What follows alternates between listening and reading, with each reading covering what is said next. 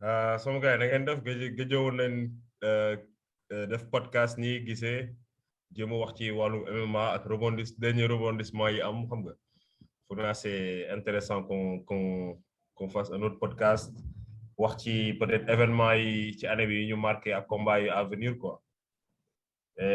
pour commencer moom temps moom am na coow bu bëri depuis kaw Bombardier bi contre Pudzianowski gars yi di laajte ñu bëri di laajte ndax mbër yi pare nañ pour MMA est-ce que duñ si dee ñee naan est-ce que MMA du menace pour lamb bi beaucoup de sujets daal yoo xamante ne gars yi ñu ngi koy waxtaanee temps yi si presse bi je pense que ce serait intéressant d'en parler quoi mais tout d'abord pour commencer loolu lan ngeen jëlee ci combat wu MMA wu Bombardier contre Pudzianowski te mu amoon samedi dernier. man li ma gën a jaaxal mooy Mouss le fait que nga tu arrives à bien prononcer le nom du gars quoi man loolu man moo ma jaaxal. non dama ko yàgg seetaan World Strongest Man guddi la doon jàll. ah c'est vrai de yenn ay affaire rek di. non man li ma jaaxal mooy le gars c'est même pas un combattant spécialiste quoi du spécialiste du vrai combattant MMA. C'est juste un gars. Mais c'était son 24e combat. Et sur 24 combats, il a 7 défaites. Quand même, hein? Ouais. Donc, quand même. Non, il s'est reconverti en gars de MMA. Il a perdu beaucoup de poids. Il a perdu beaucoup de poids pour Moun gagner mobile. Ça fait 5 ans, il s'est focalisé que sur le MMA. Ça, je ne savais pas. Pour man, si World Strongest Man, il a quoi, la couronne gis mais arrêtez na loolu 5 ans ci ginnaaw comme 7 ans ci ginnaaw. enchaîné défaite nag premier combat yi moom xaw na dee. premier combat yi moom xaw na dee. loolu ñëpp la loolu ay cardio technique mobilité mais lépp ci liggéey rek et puis bon c'est on parle beaucoup des Sénégalais mbër yi dem MMA. Mais quand nous rencontrons ci MMA aussi, je pense que c'est quelque chose dont il faut parler parce que souvent, on a dit que nous Bombardier combat, Regret combat, Siteu combat, mais Siteu, pour moi, les deux premiers, ils me citent avec Siteu, nous comparer fini xex ak ñi ñu combattre quoi. Tu vois. Et bon. Pudzianowski ak Bombardier, c'est une catégorie poids, on sait tous que pour combat spectacle quoi, c'est pas vraiment combat yi nga nar a gën a gis technique wala benn performance bu grave, on s'attendait tous un peu à KO quoi. Effectivement. Ce qui est arrivé. Pour dugg ci sujet directement man damay ne avec la chance de Lionheart ak bokk jiu-jitsu suñ borom def na ni maa ngi voyagé nii te maa ngi ci dëkk boo xam ne nii foog naa ni MMA ci sport yi fi gën a baax la bokk à part rugby ak football. foog na ni. maa ngi fu mu toll nii maa ngi Afrique du Sud tey yàlla dafa dogal ma dem ci centre de performance EFC man je me suis automatiquement dit que nous on n'est pas du tout prêt. xamaguñu ñun lan mooy MMA déjà parce que lu tax ma ne tey dama dem ci centre bi mooy balaa ñuy dem ci centre bi athlète bi ma àndal muy Kool bu Zap dafa dem defe ay batterie de test foofu musoo gis mbër buñ ko defloo balaa combat waa ji dem na def scanner dem def test sanguin dem def test psychologique dem def test aptitude physique dem def test équilibre pour nga xam ne ëllëg bu problème amee danañ xam fan la féetee directement par rapport ak test yuñ koy defal te ñun àggagul suñu xel àggagul foofu gisoo benn promoteur bu taxaw ne moom dina jël benn 2 millions 3 millions wala 4 millions investir ko ci benn hôpital pour mu defal athlètes yi muy organiser le combat xalaatuñ ko sax te pourtant sécurité nit ñi ci la mbër yi dañuy jël kaw gars yi def MMA dañuy jël kaw boxeurs yi dañuy jël kaw ñiy def art martial yëpp dañuy jël kaw mais est-ce que condition yi tax après ñu xam ne kii kaw bi fii la féetee ak séquelle bi lii la ñu ngi koy def est-ce que mës nga dégg mbër bu ñu def kaw ci lamb ji ñu xëy ñu ne la dem na hôpital dem defi test defi scanner pour ñu xool ndax am na problème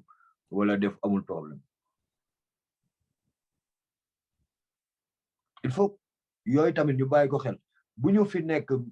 promoteurs yi ñoom seen instant yi li may wax mooy seen affaire lañ bëgg defar mooy ñoom dañu teg ne MMA concurrent direct la ak lamb ji wallahi lazim bokkuñu lamb ji amul catégorie de poids MMA dafa am catégorie de poids MMA ñëpp ko mun def lamb ji du ñëpp ko mun def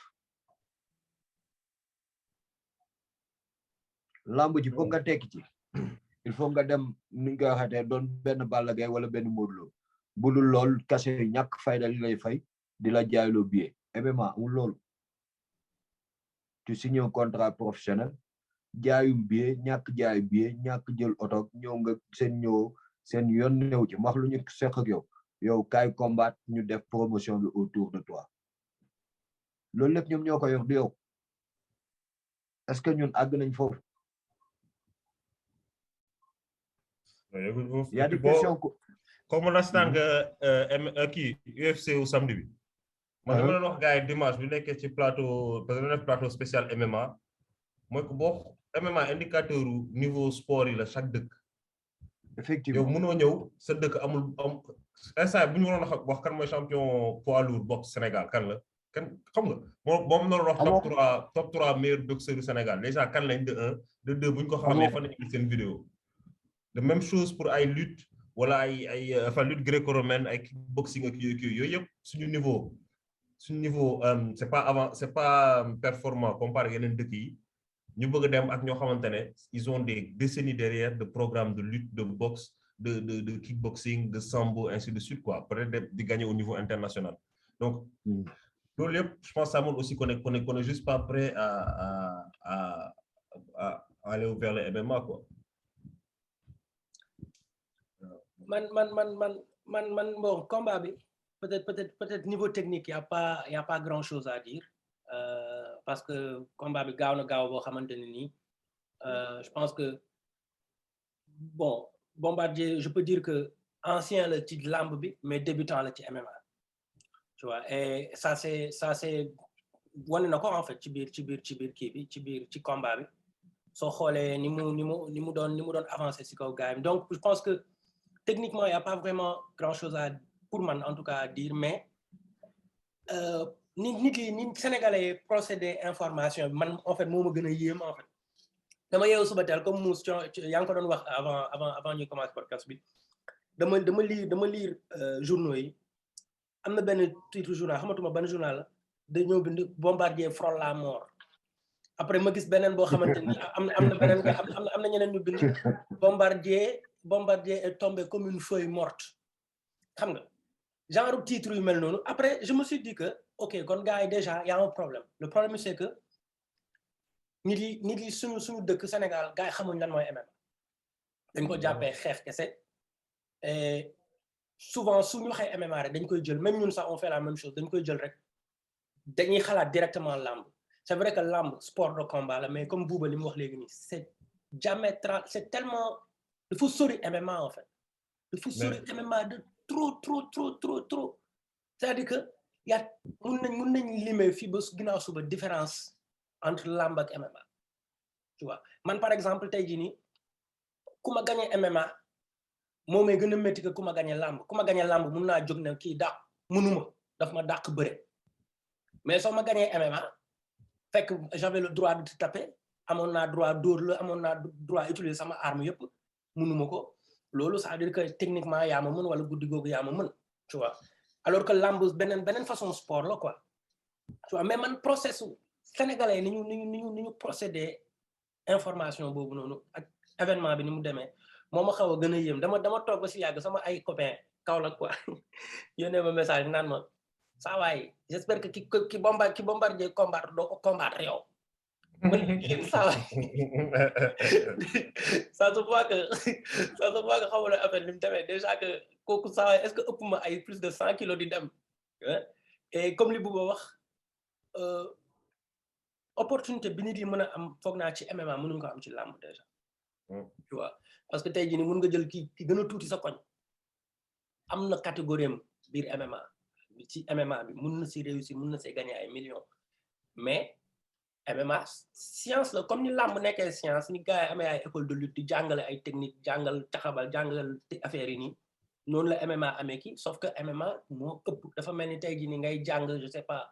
ngay def ay classe mathématique en doctorat que mathématique comparé ak mathématique CM2 noonu laa ko mën a comparer parce que c'est man je dirais même que lutte ak frappe sous-section MMA la parce que boo xoolee ci interaction yi am ci combat MMA même genre interaction yi am ci làmb benn partie bu ndaw la ci te même boo xoolee gars yi ni ñuy bëree boo xoolee samedi Russie ni ñuy bëree donc da nga naan mbëri est-ce que ñu ngi bëree sax quoi. est-ce que ñoo ngi bëree. parce que bu ñu xasee ba collé la facilité bi ñu am di transitionner ak di maintenir seen poids sa kaw da nga naan non ñun bëriwuñ. Mouss la réalité est que Sénégal doo fi dem benn école de lutte Sénégal benn école de lutte ñu jël benn technique ne tey moom la ñuy jàng wax lu ñu xam échauffement daw tuuti physique tuuti sëgg bëri boo defee lu xaw a kii coach ba jógee fële ne la nii waa wax ba wër la te du la woon sax technique day wax rek di la wër or que xam nañ ni bëri dañ koy jàng c'est une science comprendre technique boo gis am na détail yoo xam ne nii dañ la koy won xam la loo xam ne nii tey ban bër nga fi gis boo xam ne nii buy attaqué day mel ni fetel du tic au tac ak la fa mu jëm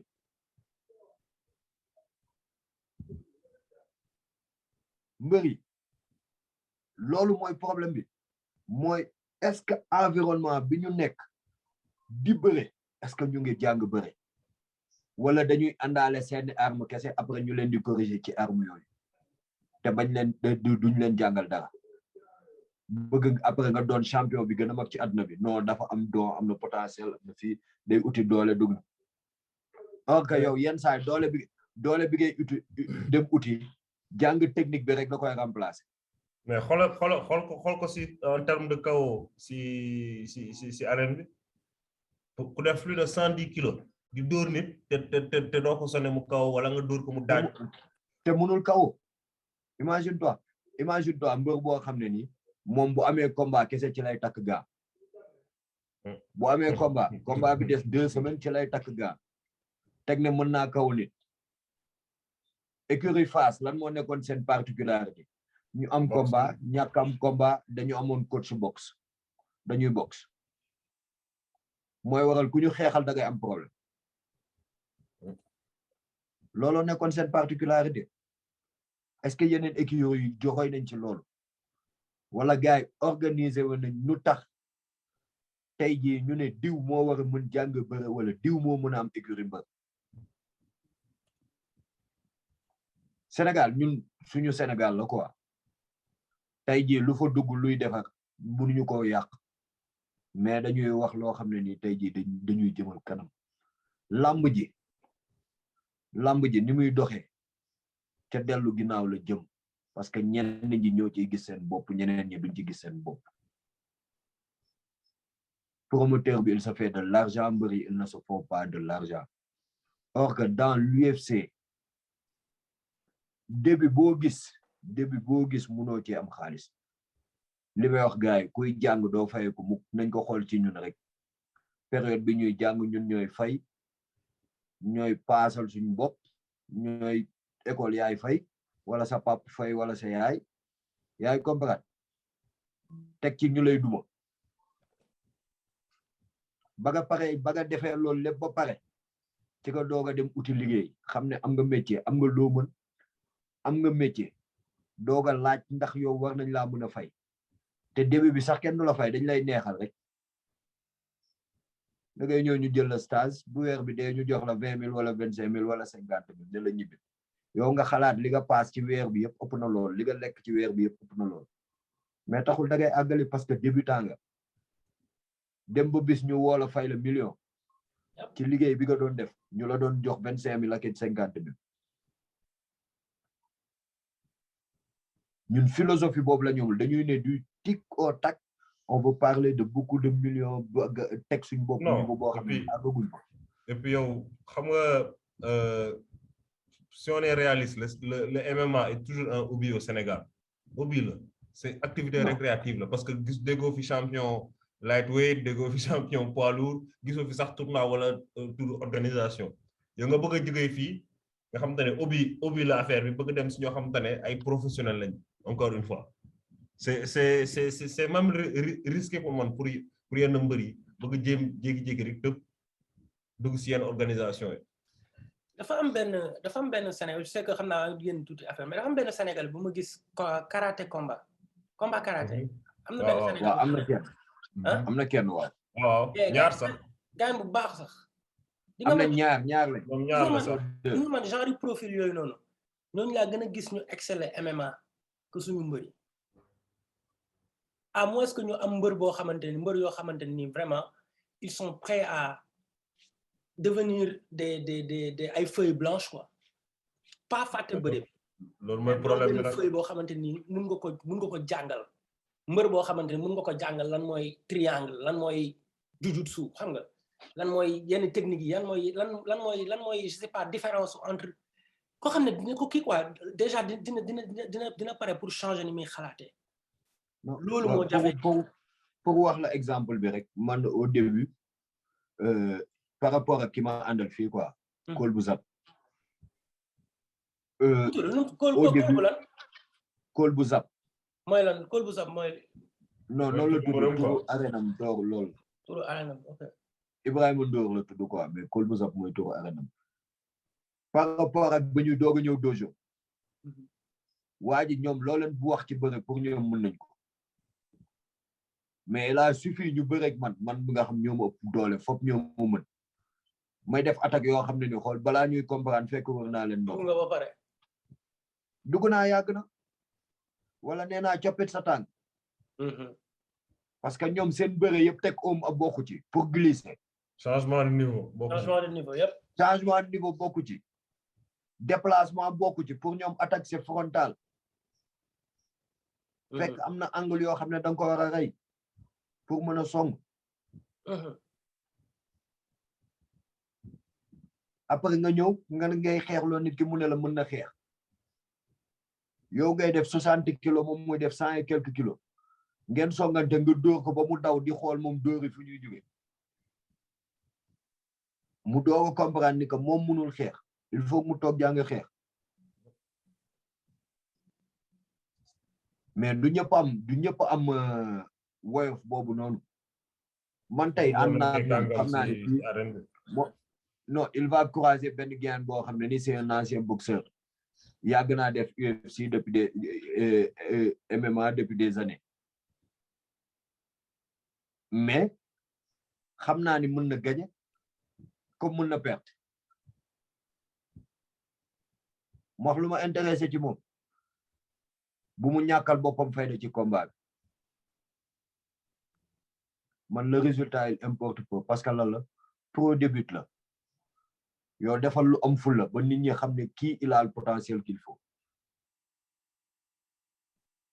mais dañuy ne tic au tac par exemple on va prendre le cas de Siteu dañu fen sénégalais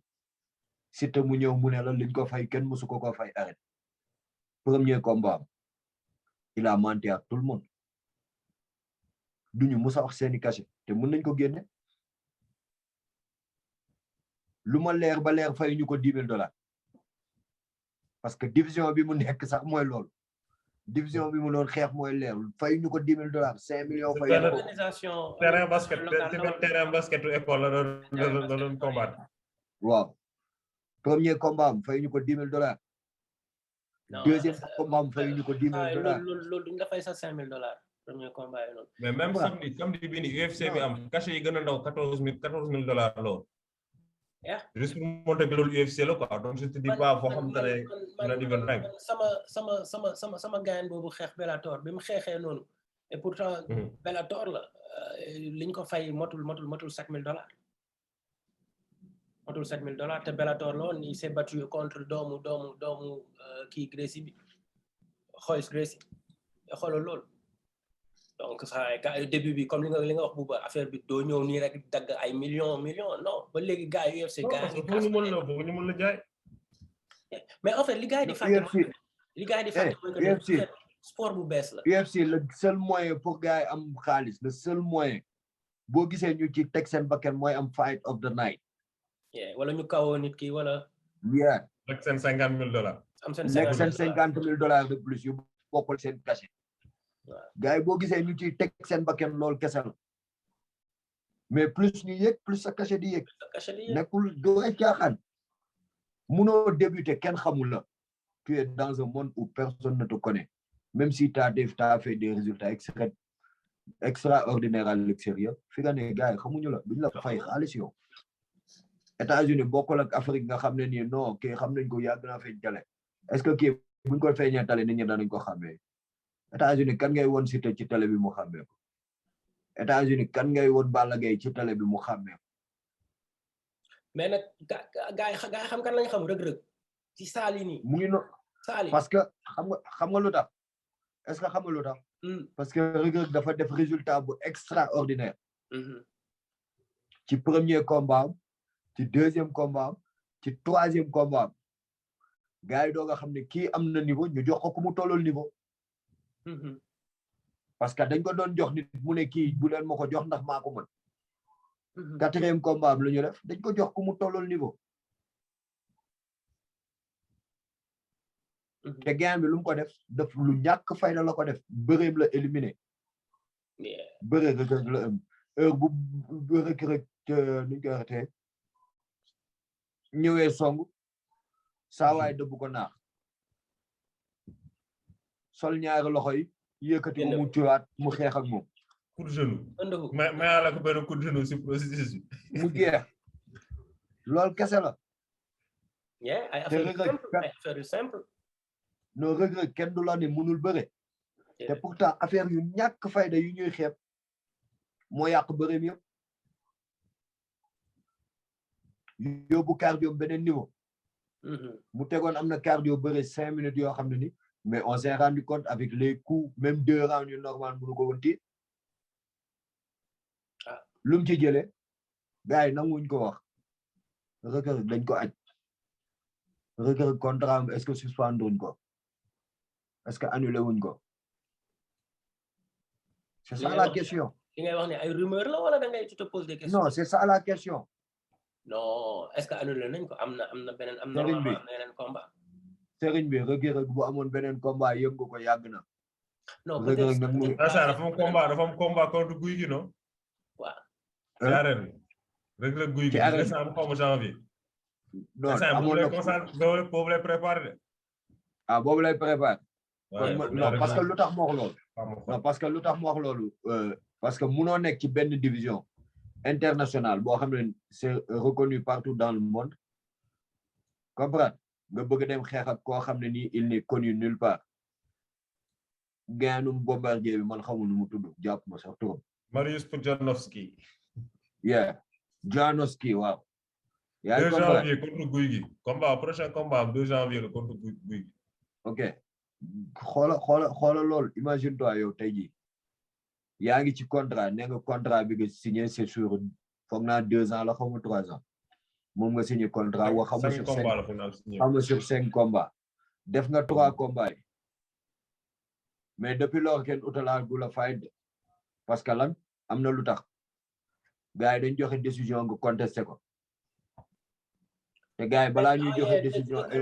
déggoon naan dafa defoon appel kii boobu noonu décision boobu noonu waaye appel bi jàllul appel bu jàlloon bien la décision a été validée par ONE FC depuis longtemps il y a pas besoin de faire appel non Reug moom moo njëkk dóor moo njëkk dóor mais en fait pour man loolu problème bi di nga problème bi tu dois au moins avoir au côté sa côté amal koo xamante ne sax wala ñoo xamante ni xam nañ MMA tuuti en fait parce que yow combat boobu doo ko seetaan en tant que coach xanaa nga yor ay comme li gars yi di ooyee ay yes men ñi nga xam ne waaw rek la ñuy wax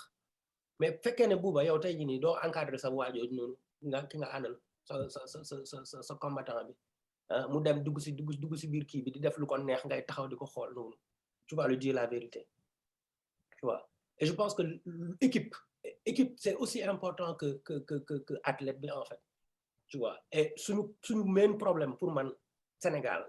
day refléter rek si suñu mbër yi suñu gars yi di dem nii équipe moo ñu manque même ñun ñii nii peut-être on va se dire mun nañu wax ne ñun on adore le MMA bëgg nañ ko on s'entraîne tout le temps on fait des trucs mais affaire bi yow ñun ñu koy topp ni sax xam nañ ne y a des levels même si biir MMA communauté bi da ngay gis c'est-à-dire que soo jëlee benn genre Trevor Whitman xam nga kooku noonu xelam bi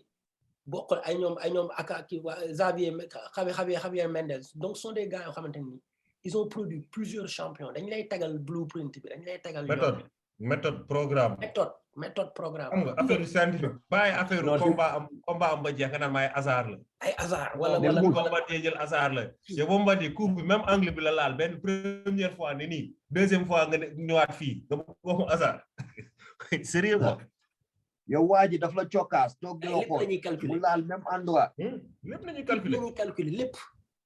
da ngay nekk si erreur bi sa erreur bàyyi la sa erreur mais kaw foofu lay jaar open press su Bombardier erreur yi mu def ci open press bi ci déplacement yeeg yooyu noonu ak boxe mi mu doon wone même chose la def ci combat bi te même chose la ko waaji gagné mooy dafa def erreur buy dóor day def nii tijju loxo yi di jaab ci kaw waaji mais gain bi lu mu def da ko dóor ci ab toog di ko xool dóor low kick saa waay avancé mu dóoraat low kick saa waay avancé mu may ko jaab saa waay avancé mu daw tuuti jaab cross balaa Bombardier di comprendre fekk na génn gars yi dóor bi kese lañ gis mais gain bi ba mu defee jaab cross dafa génn angle Bombardier ba mu jeex tàkk daf ko féetee ci côté bi gis Bombardier daanu mu enchaîné beneen dóor science moo nekk te loolu dañ la koy jàngal saa waay loolu non xam nga lu JP li am Sénégal moo amul fenn benn coach munul nekk coach MMA striking da am ko moom wrestling da am ko moom jujutsu da am ko moom après coach bi ñëw boole loolu lépp waaw àgguñu foofu ba pare ñu bëgg def diversion suñu biir àgguñu foofu ñu bëgg def ni après nu muy mujj def ku nekk taxaw sa boor di yuuxu naan non man la nga ñëw fii barki dem jeudi ba kañ mardi club bi ma demoon entraîné ji muus yónnee naa ko photo yi amaana gis nga ko ci sama story mais JP bu gaay boo leen gisee da ngay xam ne ils sont organisés comme salu États-Unis lañ ko def ñi di strike fële ñi di jujutsu fii ñi di taekwondo fële bu ñu paree gaay def seen entraînement kenn dérangé wul kenn du ci wax organiser salle bi ku nekk am sa rôle ak sa liggéey booy def man booba ñëwee sol gii bu noir benn élève moom ma interpellé coach bi waxul ak man de dafa ne gii bi kese nga yor ma ne ko waaw mu ne no coach yi kese ñooy sol gii bu ñuul kaay ma àll gii bu weex wala bu bula nga xool booy si sol ñu dem ci vestiaire yi muy xool gis gii bu màgget jox ma ko ma jël xam ne man entraîné ma fi indi loolu dong ma fi indi leneen indi ma fi luñ ma jox damay jël parce que dañoo teg hiérarchie ci salle bi non mais xam nga yaa ngi ñëwaat si affaire culture ak nit yi ni ñuy gisee MMA man mënuma comprendre comme par exemple mbër yi say ñuy posté photo entraînement yenn wañ la comme ni nga koy waxee sànq doo mos a gis ñu lay woon benn technique la expliqué lu laa ñu ngi salle de sport foog ne affaire bi doole la fit la mais MMA boo duggee si cage ñëpp am fit donc même ni nga ko waxatee culture MMA sax amaguñ ko parce que ñu bëri comprendre guñ ko. mais tu penses que culture MMA boobu noonu culture arts martiaux la wala culture MMA ci boppam. culture MMA. parce que je pense qu'on a des martial artists au Sénégal yoo xamante ni est-ce que nan lañ gisee MMA bi trop foofu Sénégal. JP pour man boo wax affaire MMA da nga war a génne affaire arts martiaux quoi. JP parce que pour moi c'est des sports de combat c'est pas affaire arts martiaux. mais take it away. ni ko gars yi wax. mais lu tax put it on the side. lu tax parce teg ko ci côté bi. parce que sport la dafa mel ni nga ne ma football basket. xam nga gars yi doo mësuñu gis Sénégal ku xool Messi ne man mën naa football ak Messi gagné ko mais pourtant bu ñu affaire xeex ñëpp foog na ni ñoom mun nañ gis nit koo xam te ne def naa ay année di entraîner xeex nga yow nga nooxu ko quoi xam la muy wax. donc loolu lu ñu war a changer ci mentalité nga xam te ne lu tax quand il s'agit de combat gars yi foog ni que yow mën nga ñëw nii rek tëb. duma ko nekk ne mën nga xeex ak professeur. mais looloo tax notion arts martiaux importance biir parce que pour man tey jii nii gis nga sooy def jiu-jitsu par exemple xam nga man. vous êtes yow yéen a ma raw belt. leer na ma ne mun naa dem ak yéen mais bés su ma leen soumettroon damay xam ne chance la man sama bopp man damay xam ne chance la parce que vous avez plus de temps yéen xam ngeen ne man xam naa yéen xam ngeen comme que yéen tamit am na ñoo xam ne su ngeen dajeeg ñoom da leen di leen tey yéen soo dajewoon ak benn Gordon Ryan da lay leer ne soo ko jàppoon. chance soo dem fu sori foofu noonu sax. xam nga non danaa envoyé ay vidéo après. par exemple dama la tey fi benn club Gracie Barra laa demoon. ba may tourné club bi ma demoon Gracie Barra fii Elivo ba may tourné ak ñoom gars yi xamuñu sama rank quoi mais ñoom li leen jaaxal mooy waa ji moom attaqué wul day survivre rek. technique boo def mu génn ci facilement kii ba ñuy sol gii ma takk sama ceinture gaan bi ne ma maa doog a xam kay lu tax sànq yow man moom ceinture ma wala lu mu def man dam ciy génn facilement mu bëgg ma soumettre ma may ko sama loxo xamul ne loxo boobu dafa flexible dam ko tegal loxo bi rek mu jël ko xam naa l'heure da koy jël ma génn te pourtant am naa loxo boo xam ne du mu ko maye mais am na loxo boo am dama koy maye dama teg loxo mu jël ko rek ma génn xam naa ni automatiquement loolu lay xalaat moom mu ngi gis soumission man gis naa escape yàgg na parce que xam naa ni loxo boobu yàgg bu ko jëlee fii ba suba du ci def dara. mais gis nga mentalité boobu nga am tu vois déjà il y a plein de choses boo xam ne jël naa ko si li nga wax ni dem nga saalu jàmbur xam nga pour le respect xam nga doo dem saalu jàmbur rek di attaquer comme mel ni dof foog nga jauger gars yi foog nga respecter gars yi parce que xamoo ñan ngay demal ñan ngay kiyal y a déjà loolu noonu mentalité boobu noonu nga am ak le fait que nga xam sa bopp mun a joxe am ay leurre am ay technique xam sa bopp te parce que technique boobu yow peut-être tu peux faire ça mu marché si yow mais ni muy marché si sa loxo bi du marché si sa beneen loxo bi saxantuma beneen nit tu vois mais pour man loolu esprit martial artiste la quoi xam nga art loolu art la oui et non comment ça non loolu dañ koy jàng parce que pour man boo jëlee art martial traditionnel dafa bëri art martial yoo xamante ne dañ xaw a déconnecté ak réalité. non quand je dis art martial moi je parle de sport de combat plutôt que art martial parce que xam nga art martial mun nga ñëw def affaire bu nice nii mais est-ce que vraiment di nga ko mun def ci combat. est-ce que di nga ko mun appliquer MMA. xaaral peut-être ma redéfinir waat sama interprétation art martial man. art martial moo nekk art martial quoi like le fait de pouvoir survivre le fait de pouvoir combattre et créer des opportunités en utilisant ton corps ak li nga yore autour de toi tu vois pour man mën fetal sax art martial la tu vois mën fetal mën defar yenn mën survivre mën bañ a dee wala mën rey loolu pour man art la et le fait que par exemple ñu suñu demee ba commencé ba boole si xeex rek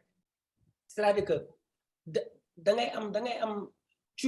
tu t'exprimes en fait tu t'exprimes par rapport à tes capacités par rapport ak sa yaram man pour man art bi foofu donc pour man lépp lu boole combat rek art la quoi. Maintenant les artistes sont différents. JP pour man foofu man idée bi mu ci am dina xaw a différent tuuti. Parce que il faut savoir dissocier l'art martial qui est un éducatif et le sport. Il faut que ñu mën dissocier loolu ba pare. Okay. Parce que sport daa am règlement yu ko régir. Bu ñu waxee sport rek règlement day dugg. Te boo waxee art martial yenn saa règlement du dugg. Comme ni nga ko waxee survie mooy ñëw taxaw, expérience, création ak évolution loolu mooy ñëw taxaw. Or que bu sport ñëwee rek daa am règlement yoo xam ne ni moo ñu tënk am lii mën nañ ko def am lii mënuñu ko def. Bien que on reste dans l'art martial, mais il y a un surplus boo xam ne ni tey jii dañu tënk dañu canaliser de telle sorte ni que il y a beaucoup de trucs balaa ñu koy def fooy réfléchir à deux. Par exemple nga ne loolu surplus la wala lu wàññi la. Non lu ñu wàññi la. Waaw. Lu ñu wàññi la par exemple. mais kon ça veut dire que mënoo génne art martial si sport de combat. Non wax naa la ko man kay nee naa la wax naa la ko. Xam nga tey jii par exemple heel hook. Xam nga ni c'est une technique très efficace. Trop même. Trop. Et pourtant ça t'est interdit de le faire en compétition. Ouais, mais loolu si jujutsu la. Non dama la expliquer. On parle de sport fu mu toll nii et d'art martial. Comprends? Je comprends. MMA bu ñu xasee ba dugg ci MMA nekkatuñu ci art martial. Dañuy dugg ci volet sportif. Man de kickboxing. Nga ne ma boxe. Tu vois ce que je veux dire? Nga ne ma yenn lutte yi. Pour man yooyu yëpp même s'il y a des règles yoo xam daf ñuy tënk terewul yaa ngi exprimer sa art dafa mel ni tey jii nii nga jël benn peintre ñu ne ko kii nii ñu ne ko yow da ngay peinture si canvas en papier kii ñu ne ko yow da ngay peinture si glace. pour man yaa ngi woon sa jabar peinture la de. waaw léegi xaar ma jël beneen léegi dafa mel ni nga jël musicien kii ñu ne ko guitare rek ngay utiliser. yow musicien nga gis naa la mais JP man dama bëgg rek nga nangu ne que même suñu jëlee ab jàppee ko art. mais est-ce que du loolu problème efficience bi mooy wàccee nit. mais est-ce que du niveau art yi bokkul. est-ce que du man en fait pourquoi je pose cette question est-ce que du loolu mooy problème bi suñu dëkk surtout suñu dëkk yi nga xam ne nii amuñ esprit artiste boobu noonu amuñ esprit respect boobu noonu amuñ esprit le fait de perdre tout le temps sur le on the mat like lu tax ñun ñu foog ne parce que dañuy wàcce nit rek parce que am nañ fit parce que am nañ doole parce que gaaw nañ parce que mën nañ tëb mën nañ daw fi ñu jógee dafa sori li ñu traversé dafa métti que ñun kii di taxaw suñu kanam rek ñun ñoo ko mun forcément loolu pour man soo amee esprit martial artist munoo xalaatee noonu quoi même soo doon dajee koo xamante ni yaa ko ëpp wala mu laago wala mu gumba sax am na noo koy approché am na nooy duggee par rapport ak n'importe quelle situation dans la vie waxatuma nag si biir ci kaw mat bi wala si biir cage bi comme buuba li nga def nii tey jii nii tu as fait une très grande différence da nga dem ci benn salle boo xam ne ci beneen dëkk ci nit yoo xam ne aay nañ yow yaa ngi Sénégal di entraîner tous les jours munoon nga dem ci salle boobu ne tey damay wane sama bopp wane que ne man xoolal mooy lii ak lii lan nga def tu t'es donné wane nga sa bopp xam nga mais exactement loolay kii bi mais loolay problème bi parce que lu tax mu xam loolu parce que dafa dund il a roulé avec des gens yoo xam ne rey nañ ko peut-être plus de 100 fois mënu si dara tu vois mais adversité boobu noonu problème boobu noonu je pense que on a ça surtout par rapport à nos champions parce que da ngay jël benn par exemple benn suñu mbëri nii xaw ma leen suñu JP suñu éducation tamit da ci am mais effectivement loolu problème bi mais si on éducation si on waxuma suñu éducation ci tapis bi mais suñu éducation ci kër yi da ciy jouer parce que bu nekkee yow man par exemple je vais prendre exemple dans ma famille man sama mag bu góor su ma tooñoon moom ba ñëpp xam ne moo ma tooñ bu ñu taxawee ci kanamu mbooloo bi kenn du musa nangu moom moo ma tooñ même buñ ko koy wax à côté te yow le plus jeune tu vas accepter ni que kii sa aîné la comprendre munoo am dëgg ci kaw parce que moo la mag après ñu dem régler ko ci suuf dem régler ko discrètement ku nekk xam sa position mais loolu pour man dañ ko génnee ci éducation famille yu bëri ba nga xam ne nii tey ji am na woyof boo xam ne nii tey ji mu neex la mu naxari la danga koy am da ngay nangul keneen ki li moom parce que dañ la koy imposer dañ la koy forcer dañ la koy par force la nekkul li may faral di wax dojo damay ne gars yi fii y a pas de démocratie on est dans la dictature dojo bi dictature a fi am benn kàddoo fi dox mooy bu muus keneen ku am sa kàddu na ko téye wante du tee si t'as tes idées tu peux venir en parler du tax ñu bañ laa déglu mais bu wax jotee benn nit yow yaay dictateur bi yow muus waxul loolu yaay wax loolu non bu benn non muus moo la bind loolu ci suuf non muus kay mu ngi lay déglu rek moo la bind loolu muus kay mu ngi déglu rek man foog ba wax ak gars yi foog ñu créé saa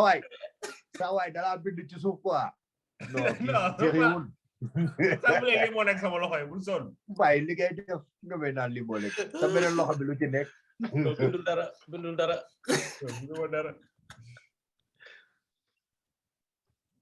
non juste nit ñi pour man ouverture d'esprit bi ñu war a am ci wàllum MMA ba tey moom la ñu amul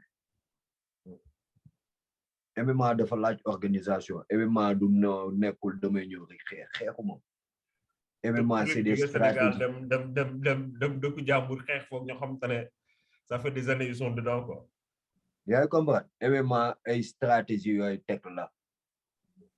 nit ki moo ma dàq bëre man damay xeex ak moom dëggu du ma bëre ak moom nit ki moo ma dàq xeex damay bëre ak moom ci kaw ci diggante bi nit ki moo ma dàq ci suuf àdduna du dox ba ma laal suuf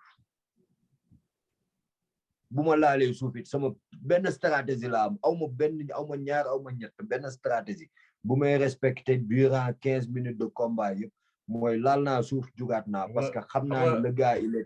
il est tellement dangereux ci suuf man aw ma instant yaa ngi dugg si différence entre stratégie ak tactique te def xam nga lamb da nga koy seetaan mu mel ni lu aléatoire te yow instant yaa ngi wax affaire stratégie à long terme sur les 3 rounds ak tactique yi may permettre ma mun implanter stratégie yooyu noonu c'est ay méthodologie la ak ay approche yoo xamante ne doo ko sax gis si lamb da ngay t'as l'impression que vraiment lépp si chance lañ ko teg quoi et MMA dépassé na loolu depuis longtemps MMA mais lamb ji muus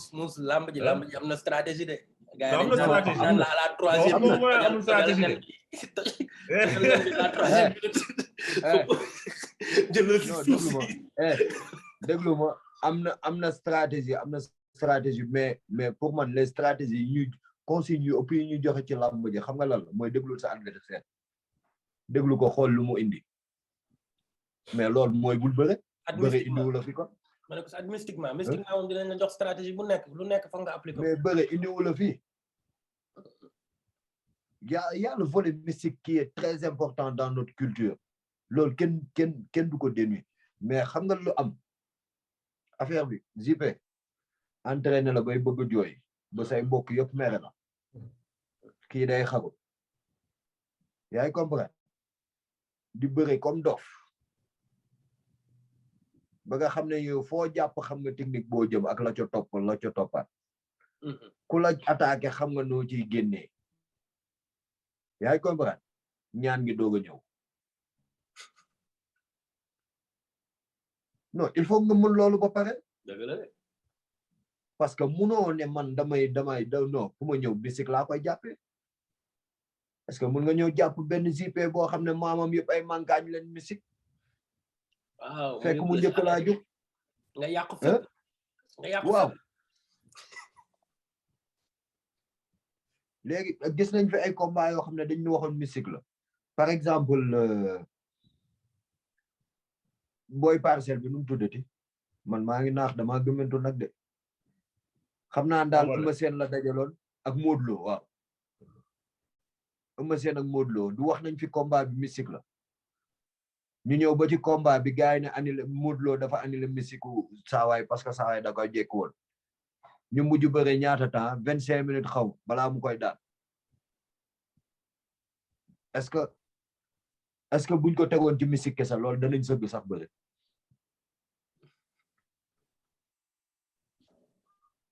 affaire entraînement la jàng bëre jàng xeex mën bëre mën xeex te li gën a garaaw ci li mbëri def li gën a garaaw laa wax JP mooy da ngay gis ku ñëw ne la bëre dóor lay def te musul toog entraînement mu def bëre dóor pour moom day boxe fële après mu ñëw bëre fii musul boole ñaar yëpp entraînement benn entraînement mu ñëw def li ñuy wooye bëre dóor sparring waaw dóoranteeg nit ki bëreeg moom ku daan ngeen jugaat taxaw pendant combien de temps est-ce que am nañ contrôle Miyamoto Musashi naka la ko waxee genre que moom balaa mi am 30 ans gagné na combat yu bëri mais ça n'avait rien à voir ak li mu nekk maître quoi wala li mu maîtriser aar yi quoi xam nga lépp ci ay dooleeg fërë loolu c'est la même chose xam nga mun nga gagné combat te taxul nga nekk maître wala nga maîtriser li ngay def xëy na facteurs yeeg variables yi nga xam noo koy gérer mais du sa maîtrise u aar bi énergie minimum bi ngay utiliser pour yegg sa fin moo tax loolu quoi li muy laajte moo bëri en fait et je pense que looloo tax man may mënuma def dissociation entre arts martiaux ak sport de combat quoi parce que pour man bu nekk rek situation boo nekk rek yow sa esprit martial artiste war na lu mën a libérer quoi même fekkee ne combat bi sax du combat physique en fait même si c'est dans la rue tu vois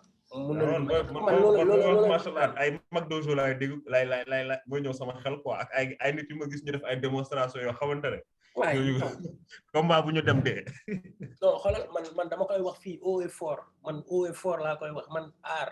yu bëri def naa leen man def naa judo c'est vrai que man sama aar yëpp judo peut-être moom si gën judo bon moom laa gën a def mais moom ci tamit gën a mën a dimbale karaté def naa ko karaté serviruma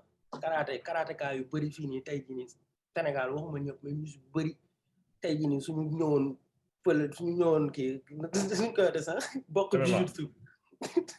dañ leen di yónnee ñoom ñëpp nañ dugg bokk jiu-jitsu combat 5 minutes duñ ko non jagul combat 5 minutes jagul combat 5 minutes jël monté nga génn fa rek nga def karaté nga def viet vodaaw nga def une minute pour sortir de la jagul combat 5 minutes laa la wax moo tax gars yi man loolu laa leen di wax man ne geen bi ki ngay xeexal karaté kaa bi yow sañ ngaa taxaw xeex ak moom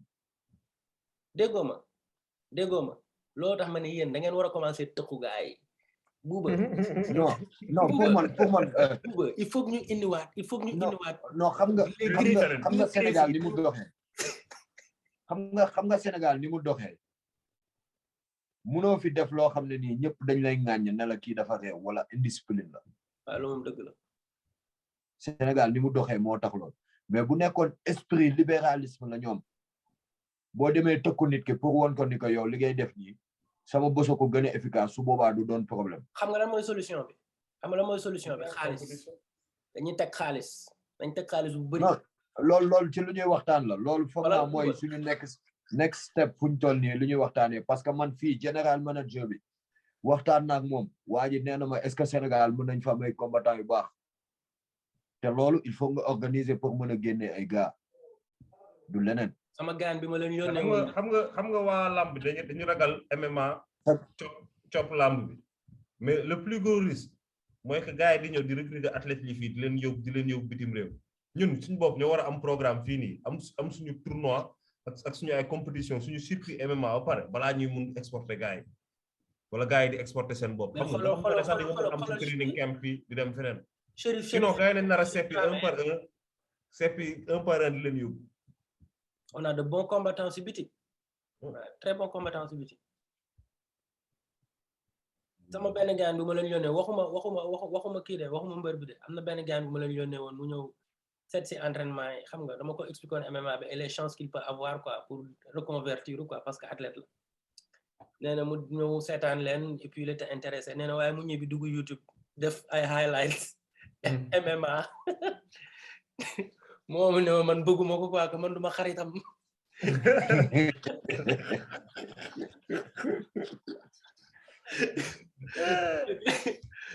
xam nga problème mooy effectivement tamit nit ki fu mu toll nii Sénégal ñu bëri dépassé nañ foo xam ne dañuy dugg ci loo xam ne nii daam risque ci ñoom parce que njaboot gi la ñuy xalaat waaw ñu ngi dawal ñoom dawal tuñu seen bopp seen njaboot la ñuy xalaat fu mu toll nii moo tax on a besoin même coup au sol yi ñu bëri duñ ko comprendre duñ ko quoi que mun nga nekk au sol ñu lay dóor mais nga mun am renversement renverser situation bi xam nga gagner combat bi ñu bëri ba léegi booy buñ la dóoree ba nga yegg suuf buñ la dóoree c'est limite genre ni nga waxatee injuste quoi. En tout cas moo ngi noonu daal yàlla baax na. mais yéen combat yi wees nii UFC yéen jaaxle woo leen. man la ma jaaxle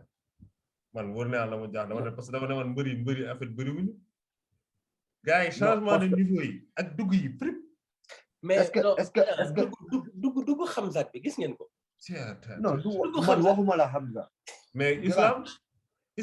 jëlal Russie fu mu toll nii tu prends tous les Russes dafa mel ni instant ils sont en train de révolutionner le MMA parce que ñu ngi woon nit ñi MMA li gars yi waxoon dëgg bi loolooy dëgg bi mooy bëre bi moo ëpp doole lépp mais du n'importe quel bëre tamit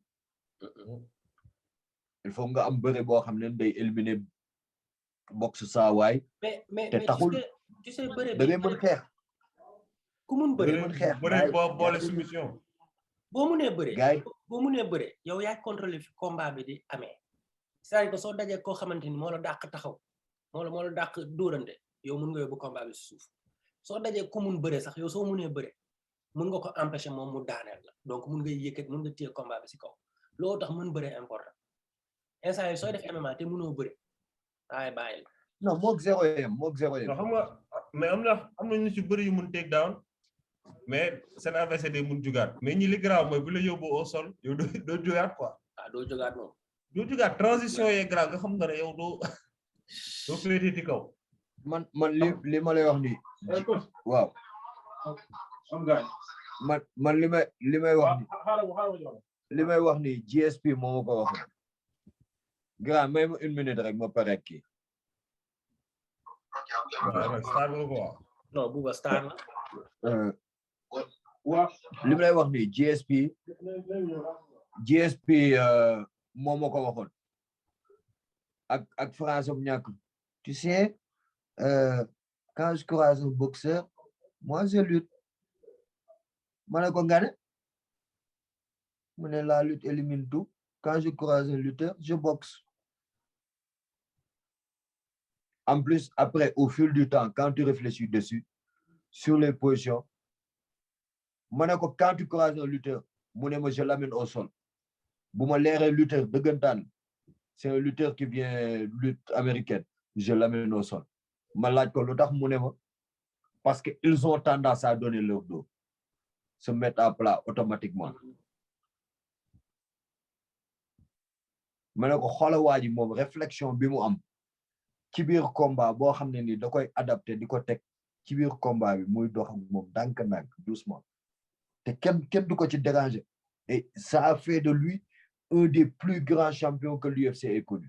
The GOAT. Astagfirullah. ñun est-ce que ñun suñu gars yi ñu ngi xalaatee noonu. gars yi pour ñoom ñëw affaire bi ñëw dóorante kese la de. mais bu baax xool ko rek si boy yi striking niñ dul utiliser seen jab. Le jab est sous-utilisé au Sénégal. Da ngay gis koo xam ne naan moom striker la mais li jab bi mënoon éliminer si coup yi muy lekk du ko mettre en place. mais xoolal Famara les monstres qu'il est en train de créer luñ lay sonale ay jab lan lañ lay sonale lu ñàkk fayda jab low kick ñoom loolu lañ lay sonale waaw ku su moytuwul jaabu Kamaru Ousmane bi waaw on verra bien moom ko fi ñu doon weekend bi waaw lu ngeen gis nag lan mooy seen prédiction man maa ngi coupé de maa ngi leen di bàyyi waaw yow moom star nga yow dama la ay ñoom GSP ngay waxal ak gars yi yow bonne chance waaw xamoon dafa gis GSP di ko défier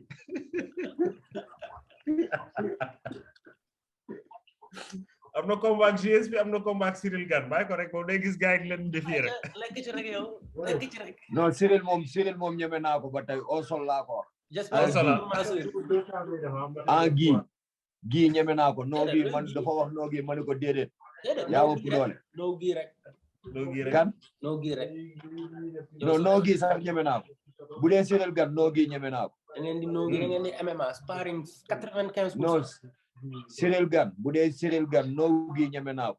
non da ngeen di sparring da ngeen def sparring 95%. mu ne lan yow sëñ bi yow bëggoo ma lan man amaguma jabar amaguma doom non te bëgg naa ko am Cyril c'est bon gamin du la gaañ waaw nga ne bon gamin du la yow gisoo li muy def nit ñi comme ça déplacement am rek xoolal yow da ngay ne di fa sànnaan waaw di fàttali yaa ngi sparring mosuma gis kii heavyweight buy def boy maa ngi leen di bàyyi waay jaay buuba jaayëf ma ne mosuma gis heavyweight buy kii noonu buy mouvé noonu quoi xam nga maître comme pour man maître kenn koo xam ne la boo gisee ni muy bouger rek tu apprends quelque chose Cyril bi mu fi njëkkee ñëw c'est la même impression que j'ai eu man dafa changer sama vision striking parce que fluidité bi ma gis gestion distance bi juste en le voyant bouger bon exemple laa jox mais bëri na striker yoo xam ne boo leen gisee ñu bouger rek yoo am na loo si jàng quoi. da nga si jàng lu bëri en tout cas daal mais samedi bi la Pereira di xeex te du. Pereira je sais pas ndax mu ngi si carte bi attends ki gagné woon Israël Adesanya. Ah yeah, possible 268. 268. Je pense que c'est vrai que moom UFC signé nañ ko. signé nañ ko de wala du carte wala carte bi si topp la. Attends ma xool fan est-ce que mais Rose contre Zeli. yow Zhang Li. waaw Zhang Li. yow ko am. man Rose always Rose. Rose forever. non man gars yi Trevor Whitman bi laa faral. ñoom ñett yëpp laa faral si carte bi. mais Gaethje Chandler dina intéressant de. man je sais pas man j'ai un bias. Je pense que l'UFC est de loin meilleur que le Bellator et les combattants de l'UFC sont meilleurs que le Bellator. Mais en fait Chandler ni muy ñëwee la. Quand je dis que ça va être intéressant, le combat peut être très rapide ou bien peut être très sanglant. Dès que c'est une bête, puis Chandler wax que le premier à prendre ku njëkk arrière. Tu are a timid soul. Genre tapal nga quoi genre. Gaethje de kenn xamee ko kii. Reculer. Ay ñoom ñaar ñëpp kenn du reculer de. Mais en tout cas dina nekk carte bu neex quoi. Kamaru ak kii non Pereira wax dëgg contre Andreas Michailidis. Deuxième combat n'est-ce pas? Deuxième combat. Non prélim yi. Mais ci prélim yi. Prélim yi mooy main event prélim bi quoi. Oh yeah yaa ngi boobu. Il paraît que da lay voyager loo de. Il paraît que day voyager loo gars yi. Bon striker de. moom rek moo sa kawote Adesanya. Ah ouais, kickboxing. Mais il y a aussi le gars de MMA Factory. Nassourdine Imanov. Ah, Imanov, gars yu Fernand Lopez. Mais gis nga combat au Cyril Doumbé. Qui Cédric Doumbé. Cédric. Non. Quand le combat? Il a combattu lundi bini. Lundi non, c'est dans le Yeah, Dubaï la ko doré, gaay mi dafa tiké yo gaay bi premier round. Non, ça il faut kay te xam nga amul coach. Amul coach de. amul coach dañu jógee benn salle dem entraîner beneen salle. nañ ñëwaat dafa dof. Incroyable. Fou. Non mais moom tamit c'est un gars intéressant quoi kooku j'espère que Lionheart dinañ ko contacter quoi indi ko mu wane kii am quoi. waaw voilà bien. Mais encore une fois c'est un maître te man gars yi ci làmb bi seen aspect art bi j'ai l'impression que on fait pas la promotion de l'art. Man par exemple on dit souvent que la lutte c'est le sport national mais il y a plus de gens yu football Sénégal que yu bëri. Yep. Et puis c'est parce que Windows fenêtre d'opportunité bi moo bëriwul c'est-à-dire que tey jii nii ku toll ni man wala yow mënuñoo aspirer doon ay mbër parce que pourquoi ñu bëri ñu gis ñu lekk xaalis ñu am ñu réussir seen liggéey c'est des gars qui se font 100 kilos et plus tu vois loolu c'est pas tout le monde ñoo ko mën a am. tout le monde soo amul 100 kilos et plus pour que ñu xam la rek il faut nga nekk benn genre du mbër comme genre yaawu jaal gars yu xam nga da ngay dugg di reetaanloo gars yi affaire yooyu noonu xam nga pour que gars yi mun la xam c'est vrai que affaire boobu xam nga avant il y avait plein de comédiens yoo xam ne dañ doon def lamb ji dafa neexoon événement lamb yi tu vois mais quand tu vois par exemple benn Manga de bouger non Tyson il a amené un peu changé temps yooyu événement yi avant ak léegi bokkatul quoi tu vois mais bon inchallah yàlla baax na de toute façon ñun moom suñu gars yi déglu nañ ne ñii ne dañuy xas lamb ji loolu mais xasuñ leen c'est juste que ak MMA bi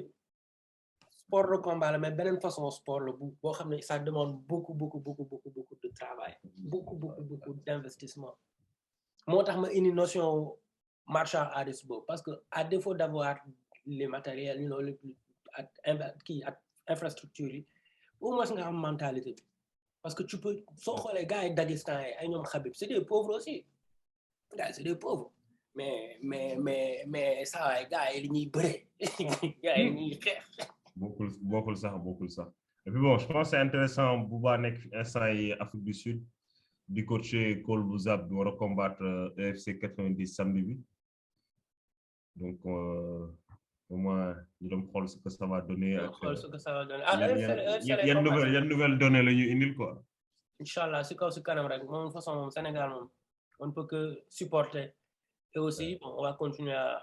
donner nos 2 cents aussi on verra ce qu'il va faire nous ñaanal ko bon vent ñaanal ko mu gagner you know de toute façon il est entre de bonnes mains Bouba moom Maître Splinter moom non yàlla baax na ouais mais c'était cool yeah on se dit à très bientôt inchallah bientôt pour le débrief de UFC 90 inchallah